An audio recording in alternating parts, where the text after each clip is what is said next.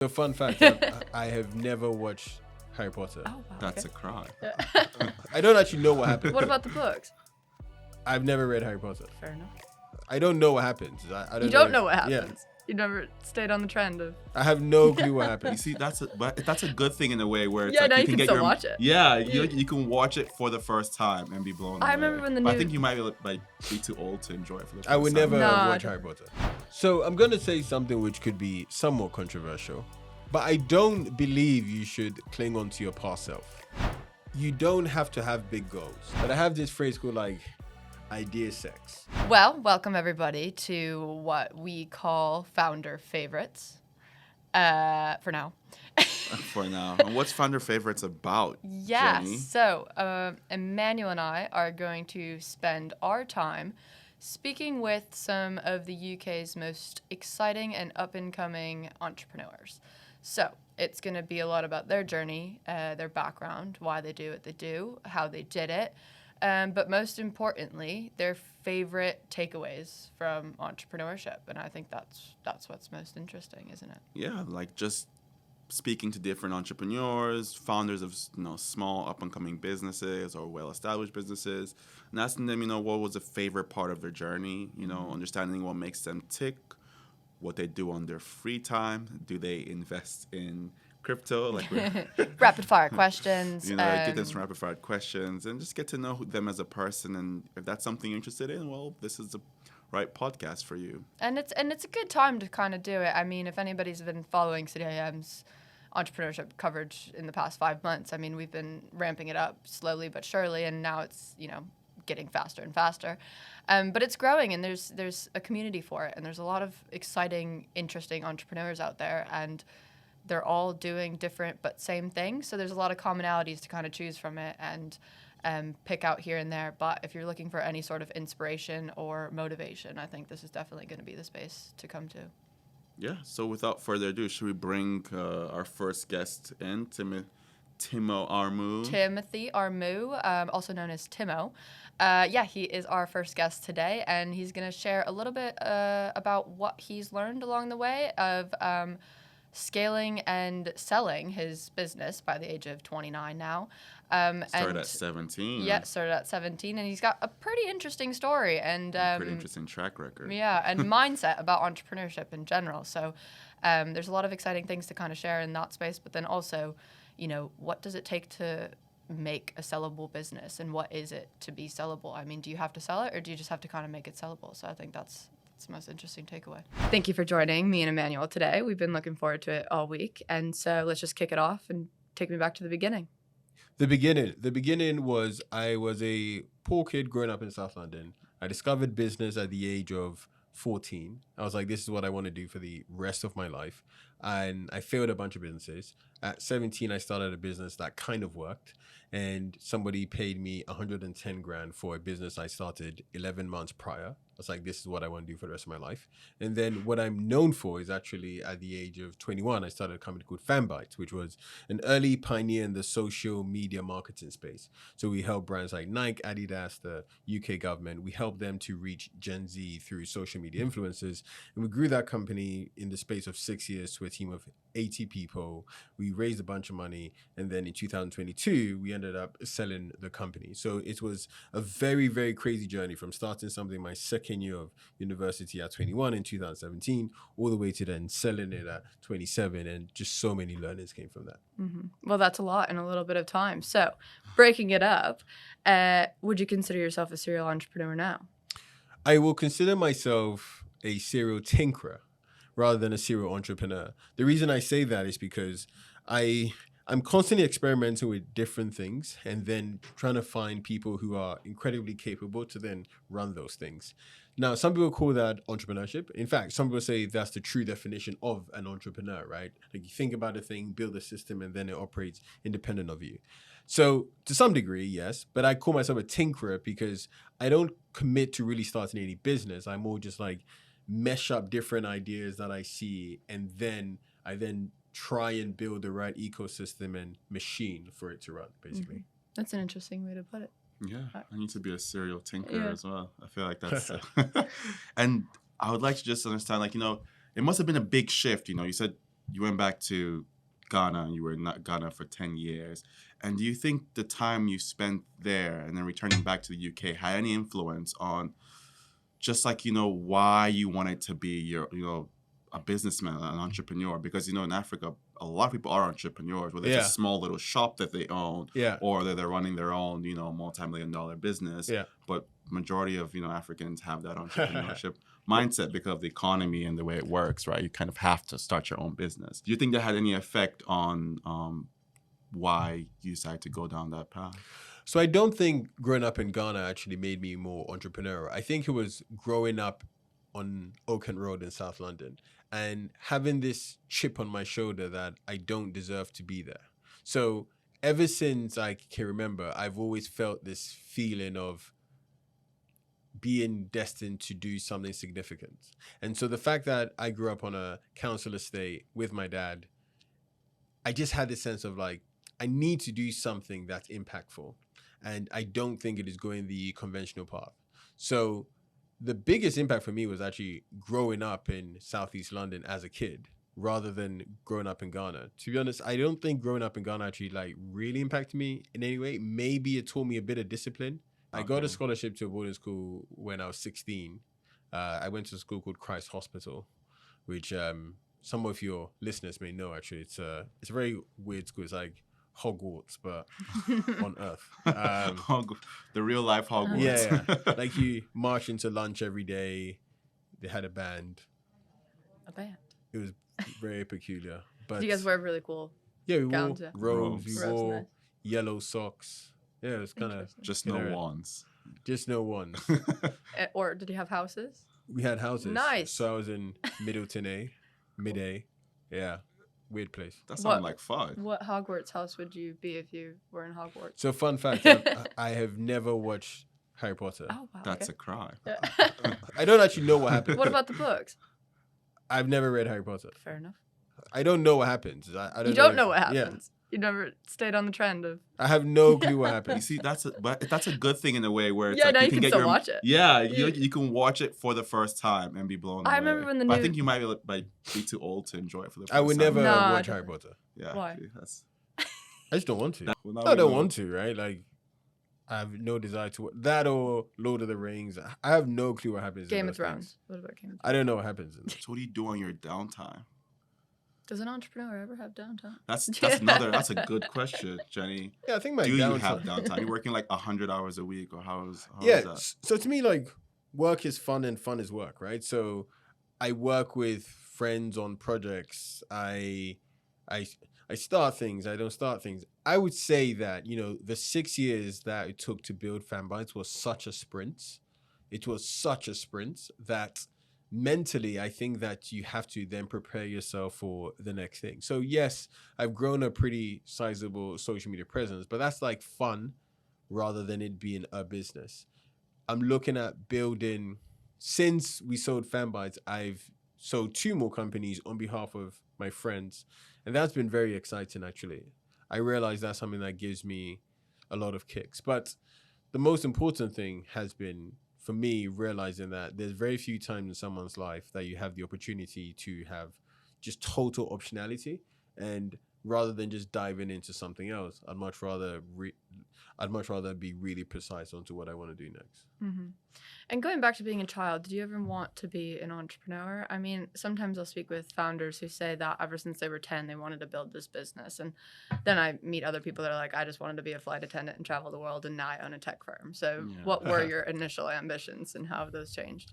I know, like, especially African parents all want their kids to be like lawyers and doctors and engineers. Like my dad pushed me to be an engineer, and now I'm doing this. That was never a thing for me. That was never a thing for me. So I had a few life iterations. So when I was younger, I wanted to be a magician. And I actually did a. And you never watched Harry show. Potter. The irony. And then afterwards, when I realized that was not that interesting, I then wanted to become a journalist. And then afterwards, I then realized I wanted to become a behavioral economist. And I think in all 3 of them, there's actually a very interesting commonality. And the commonality is like both of them, or all 3 of them, you're able to see you influence other people. So a magician stands on stage and people go, wow, that's so amazing. A journalist writes words and stories which then actually capture people. And the behavioral economics is able to like come up with theories and run experiments which influence people. So I think the common thread between all of them is that I wanted to be doing something where it actually directly influenced people. And so that was probably the first iteration of career. And then the second iteration was actually when I came to London, and I think around 16 years old when I went to my boarding school. I think I woke up one day and I was like, "Oh, crap, I'm poor." Right? It was almost like you're surrounded by incredibly rich kids and you just kind of go, I thought I was doing okay, but then it turns out that I'm not. And so I want to change this. And so business is going to be the way that I change it. And so then I just change it. And so that was really like the second iteration of my career. Mm-hmm. And I mean, it's interesting to kind of start out with that money mentality as well, because like I was saying to you earlier, I speak with some people who start a business and they don't really want the profit right away. And they're just like doing it to do it because it's fun and they love it and they want to do it. And so to be able to make a difference, but then also make money out of it, would you still be doing it if you didn't sell your business 6 years in? That, I guess, is the question. Would you still be running it if nobody wanted to buy it? So I think that we built the company and we chose the specific idea because we knew we could sell it at some point. Okay. And I think this is something a lot of entrepreneurs actually get wrong, is that you can design your business to have whatever outcome you want. And so, for example, in thinking about Fanbytes, it was like, okay, well, I know enough about M&A and consolidation in the market that I know that what happens in every industry is you start off having very independent silo players. And then at some point, 6, 10, in fact, sometimes 15 years down the line, you have this massive corporate or a bunch of corporates who just go and gobble up everything. So if you think about even in TV, when TV was a new thing, you had specific companies who all they did was buy TV ads. And then you had specific companies which all they did was buy radio ads. And then at some point, some like massive company said, right, we're just going to buy all of you guys and bring it together. And so when I thought about the idea of Fanbytes and I saw someone had done it before in the US, I thought, okay, that's interesting. Well, it ticks the box of being a new nascent industry. It ticks the box that I think there's going to be consolidation, and also ticks the box that it fits my skill set, right? At that time I was 21, I understood social media even more. A lot of people didn't understand it, so I was like, oh, there's a gap here where we can apply my expertise, build a team around the expertise, build technology around the expertise. And then when it's time for consolidation, when there's M&A going on, that's a good time. And so that was well designed from the beginning. And a lot of entrepreneurs, I think, don't do that. And I think it's because they don't realize how much power they have over their outcome. And this is perhaps even more of a life lesson, is that like you have way more choice and power over the outcome of anything you do than you think. Mm-hmm. Have you ever considered starting a business that you might want to run long term, like a legacy business for you that you want to leave your kids? You want to leave it for your kids or etc. Succession planning. So I mean, the first thing is I am 29. Right? He hasn't got that far yet. He's like, kids, I haven't even got that far yet. And my kids are my business. And additionally, my first meaningful company being at 21 was driven by financial desire. So I wanted to tick that box first. And so I haven't even thought about a company which can be a legacy company, but I also don't think I care that much. I think I genuinely enjoy the game of business. And I think with any game, there comes some like end of the level, right? And to me, the most interesting thing about like the end of the level of business is when there is some kind of exit. And the exit could be your company gets bought. It could be your company goes public. It could be your company fails, right? And so if you have those three outcomes, well, nobody wants a company to fail. And so it basically has to be one of those two things. It either goes public or you sell it. And selling a company, one thing I've come to realize after our acquisition is like it's very doable. You can design it very, very well. And so that's the game that I really enjoy playing, which is like building, scaling, selling companies.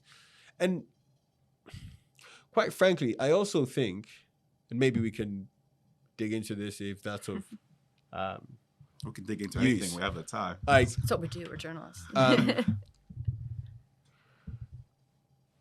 when I was coming up in business, I didn't really like see myself as a black entrepreneur, right? I was just like, dude, I'm just an entrepreneur who does cool things.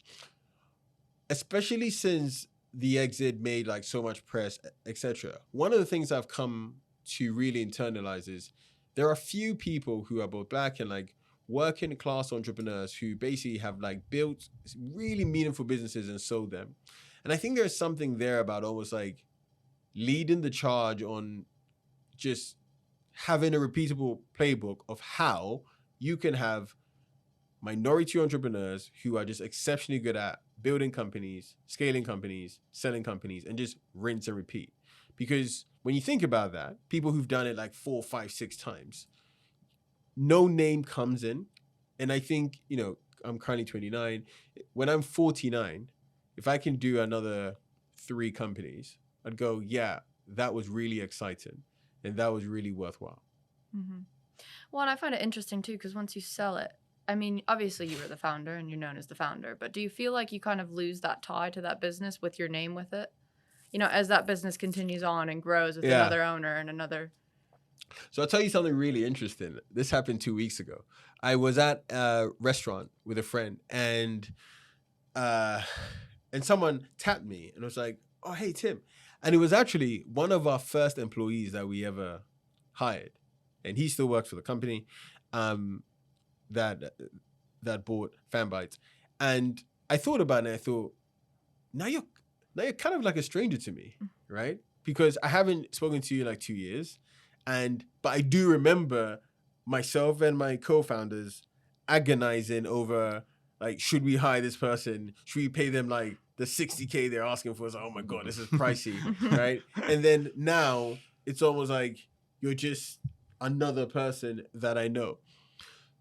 So that bit is a bit weird where you have that detachment to the people, right? But to the company, no. Because, you know, people often talk about business as their baby. And I massively disagree with that. The other way to look at it is, if your business is your baby, at some point your baby has to grow up and go to university. So a sale is your baby growing up and going to university. So why are we almost like, please stay young. Please, please need me. Like, that logically does not make sense. So why would you apply that like to never your wanting business? your kids to turn 18, you know? Yeah. I mean, there are some parents, I guess, that are sometimes like that. They hold on to But their... then the kids are like screaming, like, please, I want to leave Wisconsin. Well, then it's just, yeah. Okay, the Wisconsin card. But then also, yeah, I guess you do kind of sometimes get 22-year-old babies, don't you? Like children that are like supposed to be adults. And yeah, I mean, that's basically meta, isn't it? Like, you know, like, you know, yeah. Zach is never going to let go of his company. Yeah. And I think it's interesting too, because you always had money as that endpoint, right? Like you wanted money, you chased money, you wanted to... At the beginning, yeah, I did. I'd say over time, it then became about competition. I found this to be the case with a lot of my friends who started businesses for financial means, and then, you know, they went for a pitch or a customer went for someone else, and they felt this sense of, all right, man, all right, it's on, right? And I absolutely love that, right? Like, whilst I was running Fanbytes, there'd be several times where I'd have what can only be described as like war rooms, where I would be like, all right, so these guys want to take our money. And that means they want to take your money. And they want to take your salary. Are we going to let these guys do this? Have you ever given the Wolf of Wall Street speech? You know, the beating. No, not that bad. Not that bad. But There is something also really interesting and powerful in business where you have this like us versus them mentality. And to be honest, I don't know. Probably there's a third point in here also about the fact that I don't have any brothers or sisters. And I think that a big thing that came with business was like every day I'd walk into an office and it'd feel like, all right, guys, you and I, we're going to go in. So the business became that sense of thing. Now, over time, you learn to detach that, but that was probably an additional value proposition for growing business. Mm-hmm. Well, and I find it interesting too because since you've grown Fanbytes, you've grown a pretty big following on social media. And so, did you ever anticipate a fall, like fame coming with that money? Because I mean, fame follows money, money follows fame. Like different, like I guess it can go both ways. But that's interesting. Because it's like no, okay, no. I think that the audience came as a byproduct of the way that we built the company. So here's what I mean. So in 2017, 2018, when we started Fanbytes, there wasn't really much, what's the phrase? Like, people didn't really understand the influencer industry. And so, you know, you have a bunch of young people who are going to a 50-year-old exec at, I don't know, Unilever and telling them about social media influence. Like, what are you talking about, right? So you have to educate the market a lot. And so actually what I found was that I had to go out on stages and conferences, etc. I had to do a lot more thought leadership about social media influencers for then our potential customers to then understand and go, right, we're going to work with them. And so it came as a consequence of that. And then over time, as that snowballs, you then start to find yourself doing more of that. And then, you know, post-exit, I also think it's my personal story, I think, is something people can really identify with, right? And it's not just, like other people who grew up in South London or other black people or something. But I think it's like everyone who felt like they could do more in their lives and like they almost didn't feel like they belonged. Because that's been a running theme in business and in my life. And so as a consequence of that, people really resonate and then they gravitate to it. Mm-hmm. So that I think is why the social media presence, like the apprentice stuff and all of that stuff has like come about because we had to do it to build a business. And then the journey of the business then attracted other people. Mm-hmm. Yeah, I mean, that's kind of it, is that, you know, as a founder, you tend to be the face of your brand and people follow the founder sometimes over the brand at first. I just find it interesting because some people start a business and they just don't want to be the face of it. So they have to find someone else to, and there's a lot of founders that I speak with that wouldn't imagine having hundreds of thousands of followers on social media. And I think there are so many different ways to do it. I have a friend. I mean, I'm sure he wouldn't mind me saying his name. So I have a friend, his name's Hussein. He ran a company called Onfido. And Onfido, about 2 months ago, I think they sold for like 600 million, right? And I was like, bro, do you realize you are literally one of the most successful tech entrepreneurs in the UK, like ever? Like ever. Because he's also 32 or something. And he's like, yeah, it's nice. I was like, mate, what the heck? 600 million. He's like, can I have his email after this? Yeah, I'm sure he would love to do this because I've been trying to push him to do more media. Of this. Just because I'm like, dude, like your story is insane. Anyway, but what is really good about Hussein is that he understood that he actually was not that type of person. He is not a person who actually cares about the public eye. And then he surrounded himself with people who could. So as with any entrepreneur, the question is not like, should I be this person or not? Is, am I this person? And if I'm not, what does the business need? And then how do I surround myself with what the business needs? For example, my co-founder, Ambrose, and so I had two co-founders, Ambrose and Mitchell. Ambrose was Mr. Spreadsheet. Like, that was his remit in life, right? Like, he just loved a good spreadsheet. He loved organization. He loved data. And I knew it was very important for me to have someone like him because I hate spreadsheets. I run away from them, right? I also hate spreadsheets. So- understand them. Like to Ambrose, a dream night is like a Friday doing pivot tables on campaigns. And I'm like, you are boring. Right? You But- have no life. But that worked exceptionally well. So that's a good framework because I agree with you. Sometimes I have entrepreneurs come to me and they're like, oh man, I want to build my personal brand. I'm like, no, you don't. Like, you just don't. You think you should, but you don't. Mhm. And what's the challenge there then? Staying, relatively humble, remembering, where you come from, and managing your personal finances, because I'm sure, given all the business you've sold, it's come with money. Like how do you juggle that? Remembering that you're still that South London kid who grew up in Ghana as well.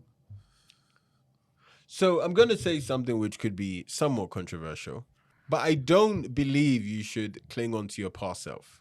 So I don't identify anymore as like this South London kid who didn't have much because I'm a different person. That's not to say that I'm like a proud person, but it's more like, okay, I now know that actually the person who I am a successful entrepreneur now. And so the lens that I look through the world is actually as someone with more options, someone who has time freedom, someone who has money freedom. And as a result of that, I'm making decisions not out of the scarcity of that South London kid, but actually out of the abundance of being the new self. And so in answer to your question about almost quote unquote, how do I stay grounded? How do I stay humble? I think there are two ways I do that. The first way is I just say to myself, like, okay, this is who you are, but there are always more things to do. And there are always more interesting challenges to do. And then the second thing is I actually build an identity around being someone who can just learn more things. So, for example, during Fanbytes, there were so many things I just had never done before. I never knew how to do public speaking well. I never knew how to fundraise. I never knew how to sell. I never knew how to lead a team. And often what people can do is that can cripple them. They can go, oh, well, I don't know how to do it. Let me go find someone else. Or you could say, at some point, everyone didn't know how to do this. So I'm just going to learn how they did it. So the way that I stay humble is basically by saying, well, there is so much more to do. There's so much more to learn. So I'm just going to ensure that I like build an identity around that skill set rather than who I am now. Mm-hmm. That's interesting. It's an interesting way to put it. Kind of like there's always more to build on who you are as a person. And if you don't look back, then you can only look forward. I guess putting it short like that. But moving forward, I guess, like with that on the topic, you said if you owned built and scaled 3 more businesses by the time you were 43 is what you said? 49. 49 so and you'd be quite 20 happy. years from here. Yeah. So what's the future look like? Is that what you're trying to do? Is build 3 more businesses and sell? So I think, one of my favorite books is actually a book called Strategic Entrepreneurism. A lot of people haven't heard that book, but it's written by this Harvard MBA. And what he does is he basically really talks about how do you strategically create value which can then be sold at some point, right? And that really, really excites me. That idea of building something and then scaling it and then selling it. It's just how I think businesses should be done. Now, that could be somewhat controversial because people are going to believe it should be your life's work, blah, blah, blah. That's all good for them. That's not my vibe, right? So I think I would want to do more of that. What I would say, though, is as with any game that you play, the games get harder.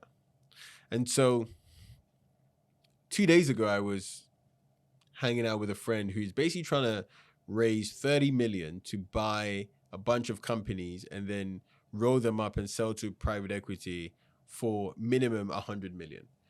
And the way he was talking about business, I was like, brother, I have no idea what you're talking about, but this is so sick, right? And that feeling of like... Sometimes, all the time, I have no idea what you're talking about, but it sounds cool. Yeah, that feeling of like constantly being challenged and constantly finding new adventures and new opportunities, I think is what I really want to be able to do for the rest of my life. And also I found a bunch of businesses, but stopped that actually. I've stopped angel investing. I think that I started doing it for the wrong reasons. So what would you then say is the biggest challenge between an investor and a founder of a company? Like how does a founder find an investor who believes in him and who will let them do what they want? Because you spoke about, Yeah. even though you are the investor and just gave this founder, millions or thousands of dollars, at the end of the day, that founder is his own person and is going to make his own decisions. Yeah. So then how do you navigate that? Finding a founder who relates to your vision, and even as a founder, as you've been, how do you find someone, to invest in your company that has the same vision and passion as you do? Or even when you want to sell your company, how do you know, okay, I'm going to sell this company to this person, and this is going to be for the benefit of the company? Just that kind of balance between. So there's about 3 questions in there. Yeah. So we'll start off with one, which is, as a founder, how do you find the right investors? Yes. So the first thing I would say is, so we raised about 2 million throughout the business. And actually, I'd say about 2 or 3 of our investors were probably the most useful. That's not to say the others were useless, but it's more like those 3 went out of their way to be very useful. And a commonality between all of them is that it actually went beyond business. So for all 3 of them, they send me birthday gifts, I send them birthday gifts. We went to like football games, etc., etc. So I think the big question is like, would I enjoy just hanging out with this investor for 1 week if we weren't talking about business? Because often, if you're a founder, you might think that, well, this investor is just there for money, or rather, I'm just extracting money from them. But actually, it is, we're going on some kind of journey here, and so do I enjoy spending time with them? The second thing was, as an investor, how do you find the right founders? I'm actually going to say something, again, somewhat controversial, which is I don't actually believe that the aim is to back the right founders. It's actually to back the right markets. So the way I think about it is, if you have an extremely good market, like a 10 out of 10 market, and you have a 6 out of 10 founder, you stand better odds of succeeding because the founder doesn't have to be exceptional in order to win. This is actually one reason why, with Fanbytes, I would say we were a pretty good influencer marketing company, but not the best, right? Not the absolute best with like super AI tech and all that stuff, but we were pretty good. So we didn't have to be a 10 out of 10 founders because the market was a 10 out of 10 market, and we were maybe like 8 out of 10 or maybe 7 out of 10 founders. And then the other thing you said was about if you're a founder and you're looking at the type of partner you could have in order to sell the business or buy the business. That one, you really need to think from the perspective of the acquirer. So when people think about selling their companies, one of the things that they think about is, well, I'm going to sell my company to someone. Okay. But the other side of selling your company, someone has to buy your company, right? So you have to have something which is of significant value for them to buy. And so the best way to really think about this is, if I was buying my company now, what are the things that would drive the most value? And a lot of founders don't do that. So for example, one thing I advise so many of my friends is, at the end of every year, take maybe a week, you and your team or you and your senior team, and if your aim is to sell, have something like, are we exit ready? And exit ready doesn't mean like, should we sell the company now? It means, are we creating something that can be sold at some point? Because what you find is so many founders, they start off their businesses and then they go, I'm tired. Now I want to sell my business. What? Bored. With no like, exit strategy. Yeah, or like, I'm bored. I now want to do something else. It's like, okay, great. But people aren't just going to be like, do you know what? Like, Sam is bored. Let's give ADHD him, at its core. Let's give him 30 million for his company. Yeah, like, let's So he give can go to him Hawaii. Cures a boredom ton for of him. money. All right. Are you now bored? It's just like so silly. So you have to think about it and be intentional about it at every single point. Mm-hmm. No, that makes sense. And I mean, it does apply to the people that don't necessarily want to sell their business too. I mean, as long as you make it sellable, you're kind of in the right zone. But I mean, Actually, that's quite a good point. I think every founder should aim to make their business sellable, but they don't need to sell Mhm, because otherwise you don't own your business owns you. mhm. And if that's the case, you might as well not run the business because the whole idea of a business is that it's like a vehicle which can work independent of you and you choose to then dip into different bits. Otherwise, just like get a well-paying job and that's completely fine. But if you're thinking about building a machine and something that can exist independent of you, then you need to think about how you make it sellable, even though you don't want to sell. Mm-hmm. No, and I find that really interesting because I was going to kind of go into my next point is, I mean, we've talked a lot about selling businesses, and I mean, we've also talked a lot about how some people don't want to sell their business. Yeah. So, what is it like to kind of just get to that point where you're like, this is my time to leave? And what would you advise someone else who might be upcoming into that position, Yeah. if that makes sense? Like approaching that one big selling Yeah. point. So I think there's 2 points that you exit your business. The first is the actual point where you sign the SPA, the share purchase agreement, and then your business has been taken over or has been bought. And then is when you emotionally exit your business. And I think that a lot more founders should think about the second one more than the first one. I have so many friends who sell their businesses and I'm like, oh, great outcome. And then they're depressed. And then I have so many founders who kind of partially sell their businesses, but they're absolutely ecstatic because they emotionally disconnected from it. So there are 2 things I would encourage a lot more founders to do. One is to say, how does this business serve me in my broader life? Because a lot of people don't think about that. And then the second one is, at what point do I feel like I can emotionally detach from the business? And it's only at that point that I think is at that point, then you then think, well, do we now have something that is exitable? Because otherwise, what you're going to find is you're going to, think that the money is going to bring you so much happiness, but it doesn't. And that is because you were in the business for something else. Like you were in the business for the camaraderie. You were in the business for the competition. You were in the business for that. In my circumstance, yeah, we knew we'd exit at some point. But at some point, I came into the office and we had 80 people. And I was like, I actually don't know how this business gets bigger. Like if you said, yo, here is 100 million, like grow this business. I'm like, I don't know what to do. And that was a big part of it, quite frankly, is I was 27. My co-founders were 25 and then Ambrose was 28, right? We have never run a business of scale. So we just didn't know what to do. And so at that point, as part of like that and also market consolidation, etc., it's like, I think this is probably the right time because at that point I had almost like said to myself, we could just do this the whole time. We could just stay middling the whole time. Or we could then bring in someone who I think could actually take it to that next level of growth. And I can play my role in that. But I'm also completely fine if that's not me.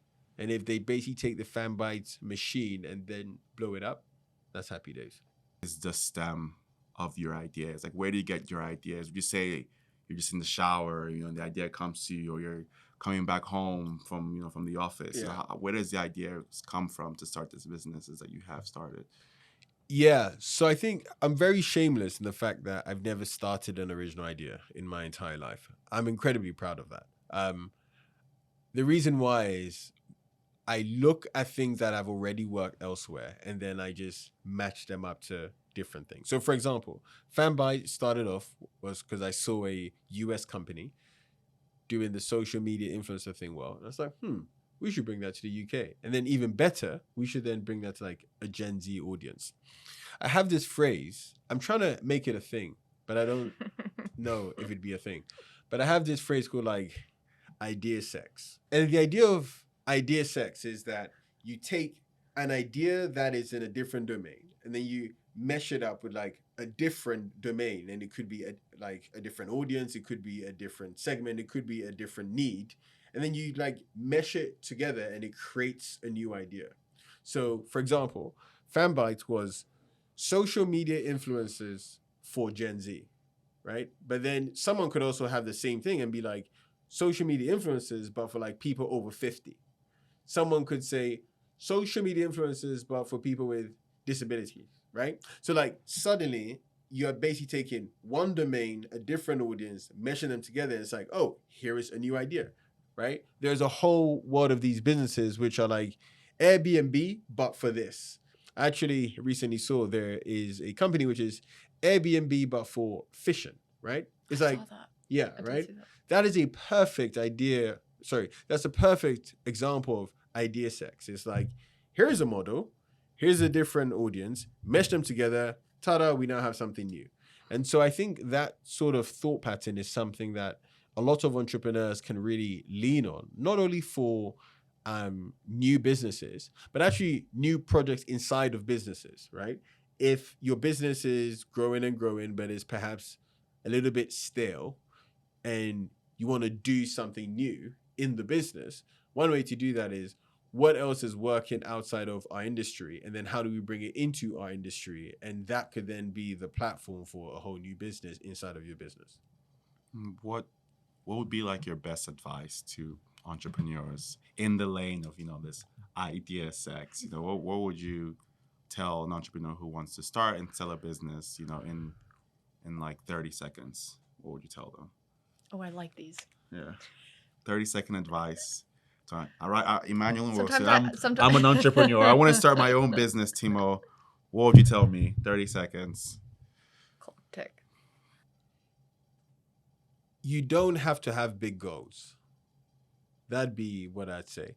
Here's what I mean. When we started Fanbyte, I had no desire for it to be a $1 billion company. I had no desire for it to be some legacy business. But all I thought was, well, I'm just going to find something that has already worked in another industry. Then I'm going to execute ruthlessly on that. And then I'm going to pick a business which I know at some point can be sold. And all of these things are going to be true. And then the only thing separating me from basically being able to then achieve that is just time. And we had the opportunity at some point to raise money at an 80 million valuation. And we said completely no. And the reason why we said no was because I had to be very honest with myself to say, I don't think this business is like an 80 million business. I don't think it's a 100 million business.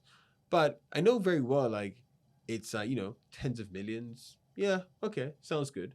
So some people might go, that's very low goals, right? Some people are like, you're not aiming high enough. I was like, I think I'm aiming high enough for me, right? I don't want it to be a unicorn. I don't care about that. So if I was talking to a founder very early on, I'd say define what your goals should be. If you're a first-time founder, actually have small goals, because actually your first big win can absolutely change your life. And then be ruthless about looking at what's worked elsewhere and then applying it into a different domain. How does you and your other co-founders celebrate after selling a company? All right. So that was tell a good me one. tell me what that looks like. So story time. Story time. I have a video on my phone. I will always cherish that video. I actually sent it to my Gmail to make sure I never, ever, ever, ever lose that. So on the 5th of May, 2022, when we announced the company had been acquired, it was everywhere. Like every Forbes, BBC, the Times, like everywhere. Everyone was talking about it. But the money still hadn't landed in our accounts. And it never came. And it was really funny because we were getting congratulations. And we're like, yeah, thank you. But like, where's the money? We haven't been paid. And Celebrate with the old paycheck. Sorry, it's like how like the day before we get our pay rise, you see everyone's treating themselves like nice lunches. Yeah. That's basically yeah. And what was interesting was that like all three of us had opened up new bank accounts specifically just for this. We just remained at zero for a month. Because also like beforehand, I mean, whatever, but like beforehand, I had a Monzo account, and I was like, if Monzo suddenly see like millions of pounds going to the account, they'd use it for like Series B funding or something. I'm like, no way, mate. So HMRC is gonna give you a quick phone yeah, call. exactly. So we're all refreshing, bank accounts, etc. And it's like, and it's still showing 000, right? So I'm like, okay, cool. And then my CTO, Mitchell, I couldn't imagine that. Just like refreshing. literally just refreshing, I just do that on refreshing, payday. every 2 minutes. Like, come on. just refreshing around. Every Farringdon. notification, you're like. And then my CTO, Mitchell, he refreshes, and he starts screaming. He's oh my god. And then my COO Ambrose refreshes, and he's also like, oh my god, and we're just shouting and shouting. And then I refresh, and my still shows 000. And I'm like, what is going on? And so for 2 minutes, I'm thinking I've like given someone like complete different sort code account. I am checking every possible number there is. And then I refresh, and then it's like, and then I start shouting. And then there's a video of us just like shouting, and me just like looking at my screen, Amber's looking at my screen, and then just like shaking, just be like, oh my God, I can't believe this. And how we celebrated was basically shouting in the road, in Farringdon Road, just shouting. It's be like, oh my God, oh my God, oh my God. And then afterwards, they went Miami for Beach. a dinner. Farringdon turned Miami. They went for a dinner. And then, yeah, they went back home. Probably slept like a baby. So the thing I that's don't know if I'd sleep. I would just start thinking about all the money. So the thing that is so interesting is like, when your life changes in any way, whether it's financial or in any way, right? Like you have a baby or something like that, right? The intensity of the experience can easily dwindle over time, right? Because it becomes your new norm. But the thing that you want to do is to preserve that emotion, like preserve that happiness when you got your first job, when you got married, when you got first kid, when you saw your company. And one of the things that I say to a lot of my friends is, regardless of what you're doing, like try and document. Because man, sometimes I'll just be on a plane going somewhere, and I would just like open up that video and just smile and just be like, yo, that was cool, right? And I do that too. I do. I open up my videos all the time and just like, oh. Yeah, you have to document this, right? Because one of the things that I have said often, if I'm doing a speaking engagement, I'd say like, entrepreneurship is a personal development journey disguised as a business journey. Like you think that you're doing it to like, oh, let's build a business. But actually it's like, who are you becoming whilst building the business? And I can safely say that I've become more confident. I've become more, just everything. I've become more confident. I've become more charismatic. I've become more fun. I've become more self-assured, but I've also become more self-aware, right? Because at 21 or even before, I was just trying bullshit, right? Like I basically was just like, didn't have an idea of how the world worked and how doing the business basically compound, say, what I could probably learn in 10, 15 years, it compounded into 6 years. And for so many entrepreneurs, some of them think, in fact, most of them think that it's just all about the business. But you should always be aware of like the person you are becoming, because that's probably the most rewarding part of the whole thing. Mm-hmm. I have a lot of people that tell me if they aren't growing as fast as their business is growing, it's just going to outgrow them. Yeah. Like you kind of have to do it in line with each other. 100%, yeah. Or someone's going to get left behind, whether it be the business or the person. But obviously sometimes things sound awesome and they sound great and you want to do it. And then you're like, yes, this is getting my motivation going. But sometimes those really, really, really bad days or those really bad moments in your life are what feeds that success in the end. Yeah. That's what feeds you and that's what keeps you going. And like we were just talking about earlier, sometimes everything happens for a reason, even if what has happened is really shitty. Yeah. So that is, I love that advice for entrepreneurs in general, is because it's not an easy journey at all.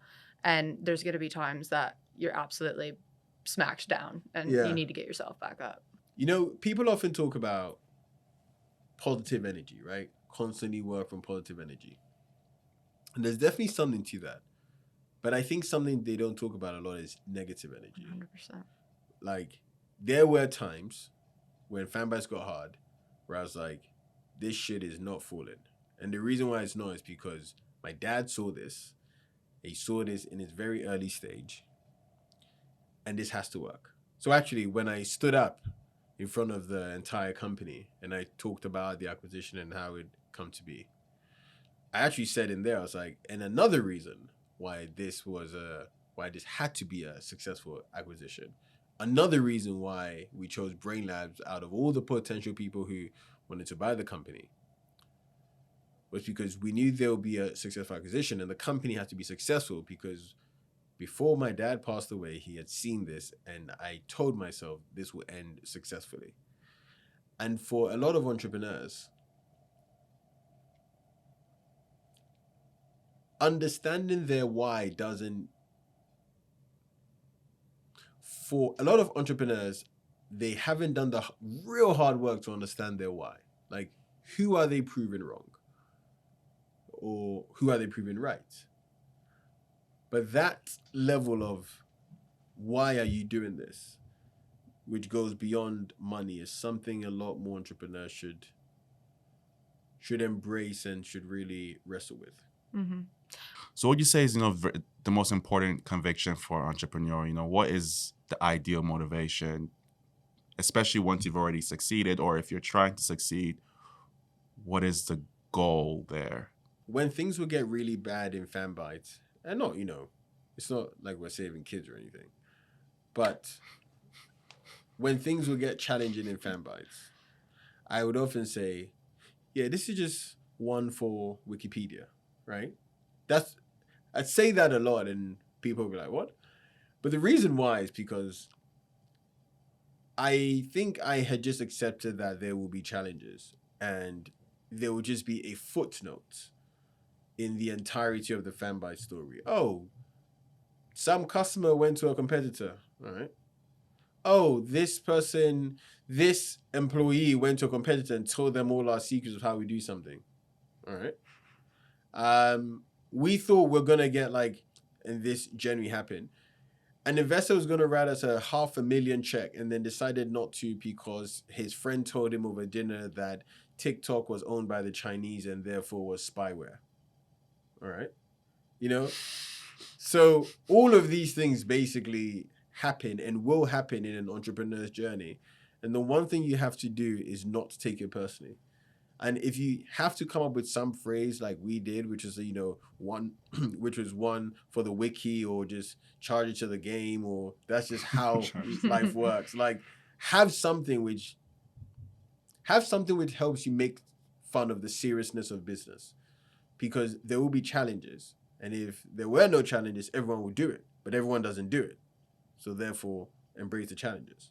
Well, Timo, I really did enjoy speaking about your journey, and I'm pretty sure our audience is going to relate to a lot of the things that you said and a lot of the fun stories that you had to share as well, because now all I can think about is you and your two co-founders screaming in Farringdon Street. Yeah. And I wish I was there to see it, but it's going to be exciting, and everybody watch this space to see what's next. Yeah, thank you for joining us. Oh, good. Thanks.